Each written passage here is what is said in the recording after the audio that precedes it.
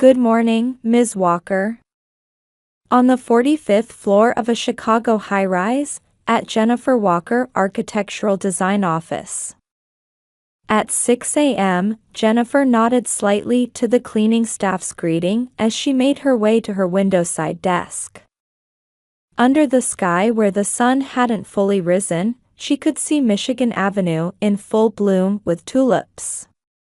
The wall displayed numerous architectural award trophies, and her Forbes magazine cover story was modestly displayed. As the head of one of Chicago's most successful architectural design firms, she had spent many nights at this desk. Dressed in an understated navy pantsuit with subtle makeup, her eyes held an unwavering determination that no one could shake. Since graduating top of her class from the University of Chicago's School of Architecture and starting her own firm at 30, the path to achieving $10 million in annual revenue had been anything but smooth. "Jenny, we're off to Hawaii. We're celebrating Ashley's birthday." A voicemail from her mother Patricia remained on her smartphone. Her mother was one of the most successful real estate agents in Chicago's North Shore. On weekends, she hosted lavish brunch parties at her mansion, living more extravagantly and socially than anyone else. In her 1920s historic mansion on Sheridan Road, her mother regularly entertained her high society friends. "Mom, this hotel room is amazing." Ashley's voice could be heard in the background of the message. An influential lifestyle influencer with 1 million followers, she was nominally the head of an architectural design company. Though she lacked practical business skills, she continuously secured new projects through her flashy social media presence. Her posts from the Ritz-Carlton consistently garnered over 100,000 likes, and media outlets regularly featured her spending leisurely weekends at yacht parties and luxury spas.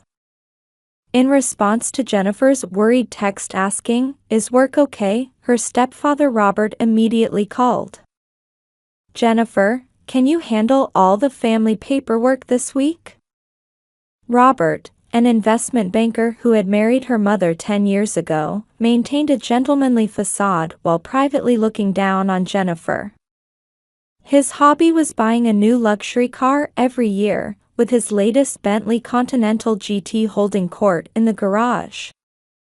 Her stepfather, who never missed his ski vacations in Aspen, was the only family member who didn't even try to hide his obvious coldness toward Jennifer. "Yes, I understand." Jennifer quietly hung up the phone. On her wrist was a Cartier watch, a keepsake from her late father. Outside the window, the sun was rising, and she could see her apartment in a Winnetka townhouse in the distance. Last night too, she had stayed up late organizing her sister's company's financial statements. Despite the outward glamour, the company's management was in a precarious state. Next week would be her 35th birthday. Last year, the year before, and the year before that, there had never been any birthday wishes from her family. She was always missing from the family photos her mother took in Palm Beach. When asked about vacation plans, she would make excuses about work. Though she knew the truth was that no one ever tried to invite her. At night, after returning home from work, Jennifer opened an old album. Photos from before her father passed away. A family of 4 with arms around each other, smiling. Back then, her mother had loved Jennifer too. After her father's funeral, her mother changed rapidly. While her devotion to her younger daughter increased, her interest in her eldest daughter faded. A tear falls onto the high-quality Crane and Company stationery. Still, she continues to work for her family. Without changing her expression, carrying deep emotions locked away in her heart. Trust from wealthy clients, respect from employees. But the one thing she wanted most, love from her family, was always just out of reach. On the 45th floor of Willis Tower, Jennifer finished her final presentation. From the 30-foot-high conference room windows, Chicago's skyline spread out in the spring twilight. The green of Millennium Park, where tulips bloomed in full glory, was bathed in orange sunset light. "Ms. Walker, thank you for the excellent proposal. We'll be providing you with a special bonus." The executive of a major developer extended his hand with a broad smile. This single project would increase annual revenue by 20%. The perfect birthday gift had arrived. Executives one after another offered their congratulations. Chicago's architectural giants praised her achievements. A once-in-20 years major redevelopment project. Being named as the chief director would surely mark a new turning point in her career. Returning to her office, she found a small bouquet from her staff on her desk. The combination of white calla lilies and blue delphiniums showed how well they knew her preferences. The card reading, "Happy Birthday, Jennifer," bore the signatures of all employees. She felt a warmth in her chest. Nigel, the chief designer, quietly offered her coffee. "Boss, please leave early today. Enjoy celebrating with your family." Smiling at those words, Jennifer changed into a navy cocktail dress she had recently purchased from a luxury boutique. The fine Oscar de la Renta fabric enhanced her dignified presence. She applied her makeup a bit more carefully than usual and fastened her father's Cartier watch around her wrist. This year might be different, such hopes swelled slightly in her heart. Driving north on Lake Shore Drive in the twilight, she reminisced about memories with her family. Before her father passed away, they would always take this road to a downtown restaurant for her birthday. Now, even those memories weren't shared with her mother and sister. As she approached the affluent Winnetka neighborhood, several unfamiliar luxury cars were parked in front of her mother's house. Two of the latest Rolls-Royce Ghosts, a Ferrari Portofino, and her stepfather's brand-new Bentley Continental GT. The usually quiet street showed unusual activity tonight. Opening the front door, she could hear lively laughter coming from the living room lit by baccarat crystal chandeliers. This 1920s historic building embodied her mother's good taste, exuding both classical and modern elegance. The sound of Dom Perignon rose champagne being uncorked. High-end French catering by a Michelin-starred chef. From her mother's reception room, she could see relatives dressed in evening gowns. "Everyone, thank you for viewing my new jewelry collection." Her mother Patricia's voice rang out. With a crystal glass in hand, she wore a broad smile. A custom-made Cartier diamond necklace sparkled in the chandelier light. Beside her, notable society figures offered their congratulations. "Mom, the Instagram live stream is getting such a huge response.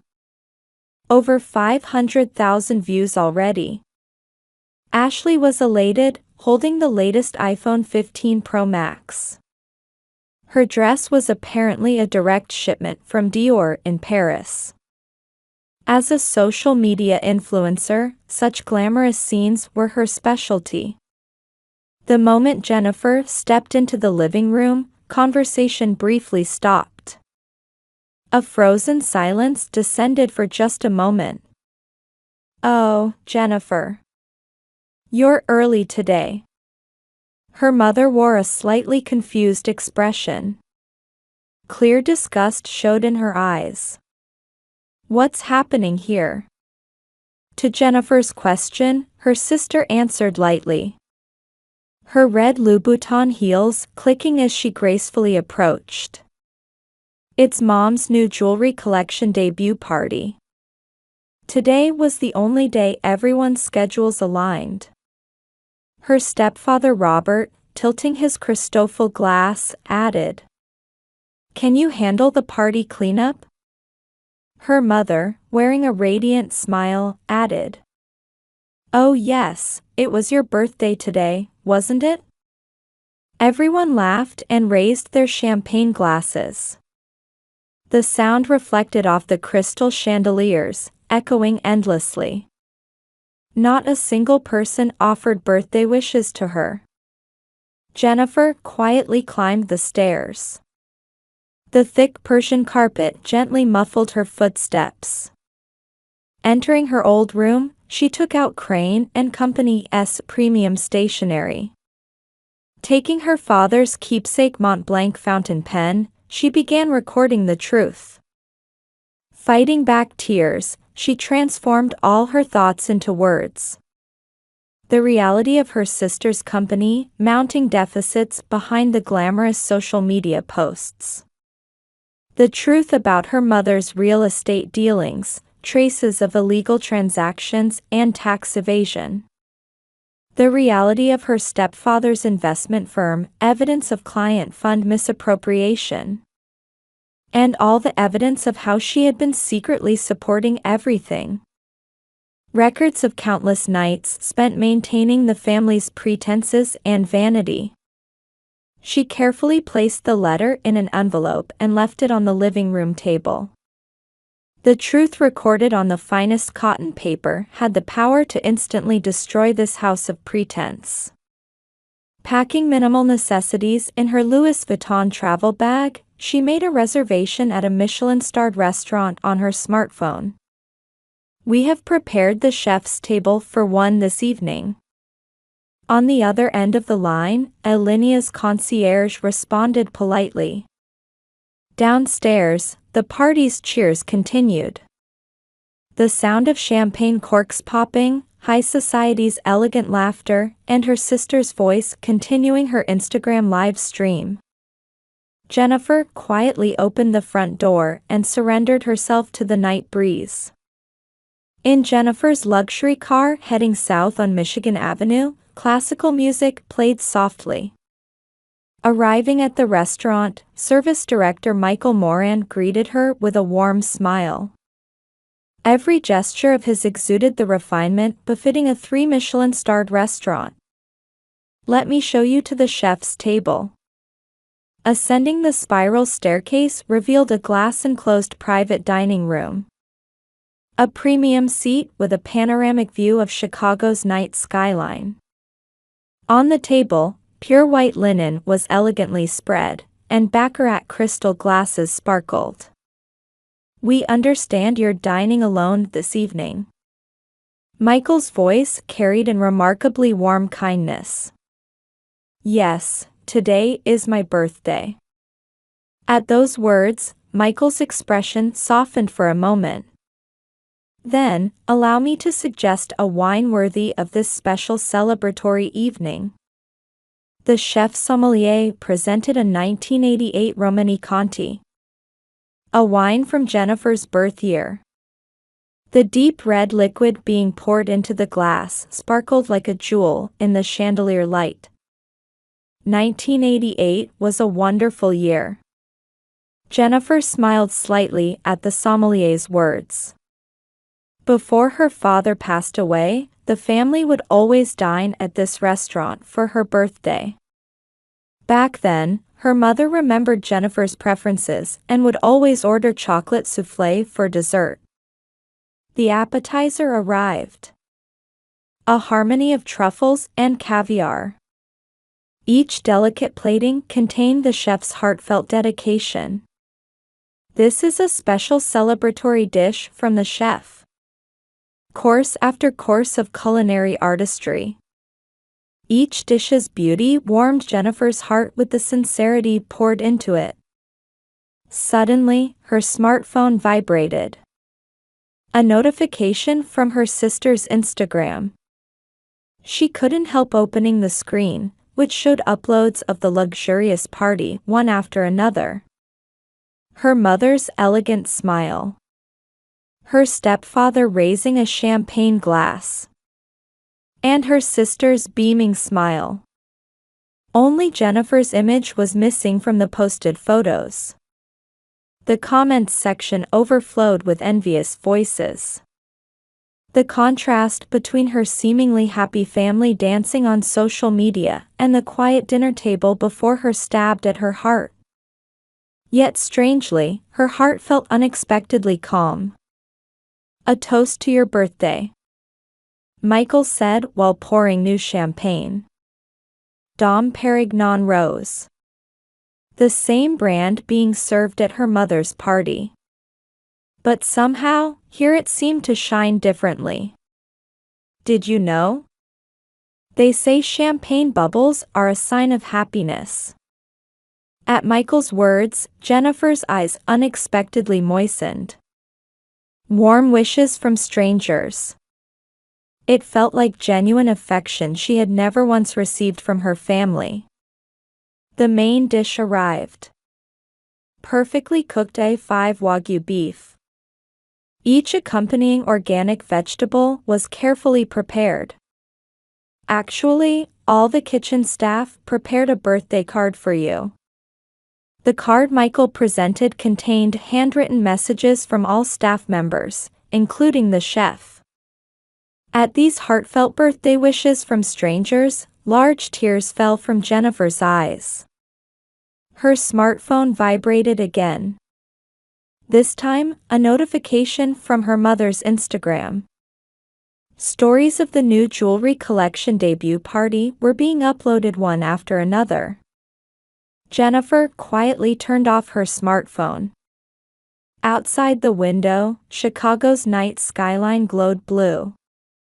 Willis Tower, John Hancock Center, and the new buildings she had helped design.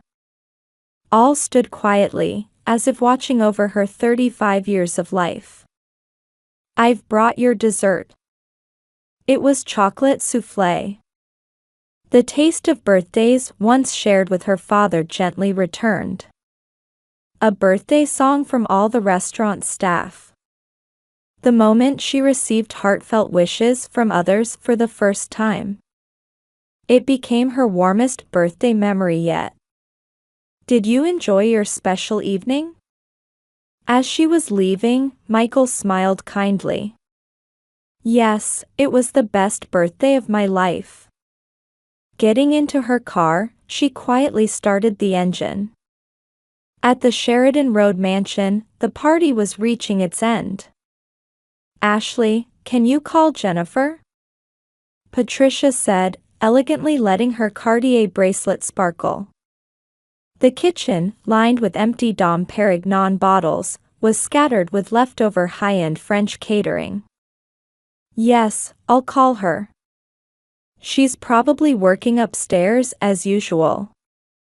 Ashley climbed the spiral stairs, her Dior heels clicking. Robert was engrossed in conversation about luxury cars with his investment associates. "Jennifer? Could you help with the cleanup?" Ashley's voice trailed off. No one was in the upstairs hallway. "My, what's wrong?" Patricia came up the stairs. The baccarat chandelier light reflected off her new necklace, creating patterns on the wall. "Jenny's not here." "Well, running away, that's not like her." Just then, their stepfather's voice rang out from the living room. "Patricia. Ashley. Come here right now." His tone lacked its usual composure. When the two hurried downstairs, they saw the premium stationery placed on the living room table. Letters carefully written with a Mont Blanc fountain pen on Crane and Company's finest paper. It was like a magic spell that would instantly destroy this family's castle of pretense. To Mother, Ashley, and Robert. Patricia's hands trembled. "Until now, I have kept silent to protect the family. However, tonight, while celebrating my 35th birthday alone, I made a decision. Ashley caught her breath. First, regarding Ashley's company. Behind the glamorous social media posts, the company's reality is in serious management crisis. As of today, I am terminating all the secret financial support and client introductions I have been providing. The iPhone fell from Ashley's hands. Her latest post on the screen now seemed a cruel irony. Next, regarding Mother's real estate company. I have submitted all evidence of fraud and tax evasion in transactions over the past 3 years to the relevant authorities. All the fake transactions conducted under my name will also come to light. The color drained from Patricia's face. Her hands holding the letter began shaking violently. And regarding Robert's investment company. Evidence of client fund misappropriation has already been submitted to the SEC. The truth behind all the documents I've been signing as the nominal responsible party will also be revealed. Her stepfather dropped his whiskey glass. The Christoffel crystal shattered on the marble floor. At that moment, Ashley's smartphone began vibrating violently. The screen displayed notifications of rapidly declining follower numbers. Someone had begun exposing the truth behind her posts. Her career as an influencer was crumbling before her eyes with an audible crash. My 100,000 followers. Patricia's phone started ringing too. A call from Chicago's largest real estate brokerage. A cold voice announcing immediate contract termination flowed from the speaker. In the study, Robert's private line was ringing. Inquiries from investors were flooding in. The keys to his Bentley slipped from his trembling hands. "This is my final gift to you." The last line of the letter sparkled in the baccarat chandelier light. That night, an unprecedented silence fell over the Sheridan Road mansion. The next morning's Chicago Tribune front page bore the headline, "Fraud Exposed, Shaking Chicago's High Society." Her mother's real estate company received cancellation after cancellation. Long-term clients were all requesting contract terminations at once. The luxury residential area office now bore a sign reading, "Temporarily closed." On her sister's Instagram, followers decreased by tens of thousands within hours. Luxury brands she had promoted announced collaboration contract terminations one after another. Her once glamorous social media account had become an object of ridicule. SEC investigators conducted an on-site inspection of her stepfather's investment company. The media gathered in front of the building, and wealthy clients arriving in luxury cars would likely never return. CNN breaking news aired. News of the glamorous family's downfall in Chicago's social circles spread across the nation in an instant. Her mother's cell phone was flooded with condemning voices from former friends. None of the social circle members who had gathered for weekend brunch parties would answer their phones now. Her sister's credit cards were suspended one after another. Her luxury stay reservation at the Ritz-Carlton was canceled. With her influencer income cut off, her bank account balance visibly dwindled. Her stepfather's investors began withdrawing their funds en masse. His luxury car collection was seized as evidence of illegal fund misappropriation and transported away from the garage one by one. As night fell, the three family members sat dazed in their crumbling castle of pretense. Under the baccarat chandelier, their shadows stretched long. Her mother, still dressed in her luxury brand suit, stared vacantly at her smartphone. Her sister had lost even the will to respond to the flood of criticizing comments on her last Instagram post. Her stepfather merely stared at the ceiling, an empty whiskey bottle before him. At that moment, the butler quietly entered the living room. "Madam, I deeply apologize, but I would like to resign as of today." The words of the butler who had served this family for many years broke the silence. Outside, the spring night wind blew through. Their once glamorous lifestyle crumbled silently, like a castle built on sand. 1 year later. "Ms. Walker, the Forbes interview team is waiting." Sarah, her secretary, quietly knocked on the door. She was to be featured on this month's cover as Chicago's most influential woman architect. "How are the preparations for the new projects in Asia?" "Yes, we've received approval from the teams in Singapore, Tokyo, and Shanghai." Over the past year, her firm had achieved remarkable growth. Revenue was up 300% from the previous year. The number of employees had doubled, and the office had expanded to 2 floors. However, the kindness in her eyes remained unchanged. "Are the preparations ready for this weekend's foster care support event?" "Yes, everything is set. 30 children are expected to participate." On her desk sat a photo frame. A picture from the Christmas party at the Foster Care Support Center.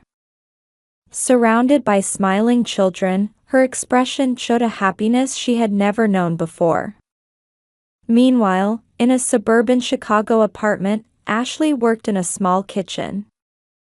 Her social media followers had plummeted to a few thousand, and her income as an influencer had completely dried up. Now she only worked weekends at a local organic cafe. Patricia sat wearily on the sofa.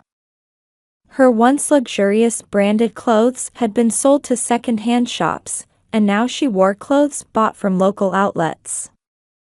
Her real estate license had been revoked, and her old connections had completely severed. Her stepfather Robert had been forced into early retirement and now spent his days playing chess in the neighborhood park.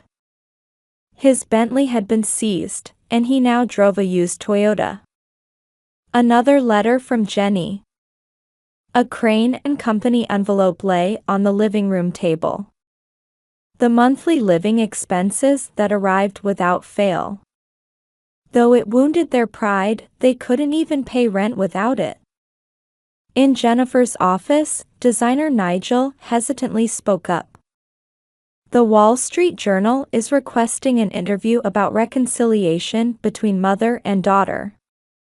Jennifer quietly shook her head. The drawer of her desk contained numerous apologetic letters from her mother, but she hadn't replied yet. Letters beginning with, "To my beloved daughter." However, it would still take time for those words to ring true. At dusk, Jennifer walked along Michigan Avenue. Spring tulips bloomed just as they had last year. She had just finished a new project meeting on the top floor of Willis Tower. "Jennifer." The voice came from Mary, the director of the Foster Care Support Center. "The children are so looking forward to the Thanksgiving party." Weekend volunteer work had become her new routine. Time spent with the children at the facility taught her the true meaning of family. "Tomorrow is my 36th birthday."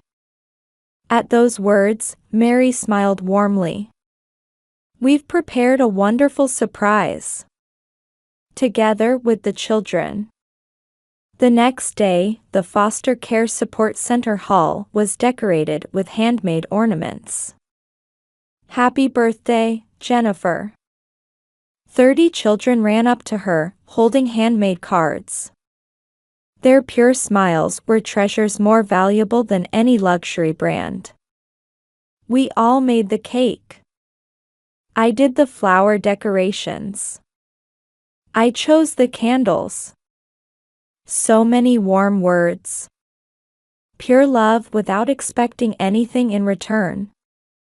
It was something her former family could never understand. Her smartphone showed incoming calls from her mother. But now, she wanted to focus on the happiness before her. Happy birthday.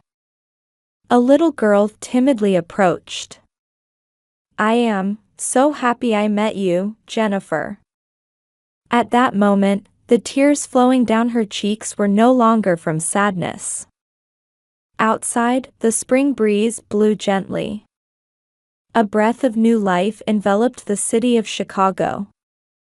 On the top floor of Willis Tower, new project blueprints fluttered in the wind. They were designs for a new foster care facility building.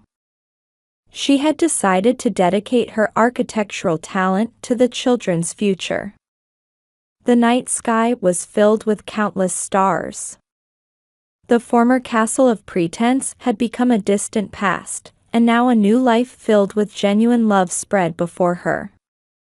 Yes, this was true happiness. Jennifer Walker could smile from her heart for the first time. It was proof of genuine happiness that money couldn't buy. In her desk drawer, her mother's apologetic letters still lay unopened. Perhaps someday, she would write a reply to those letters. But for now, she wanted to cherish the happiness before her. Together with her new family, filled with genuine love.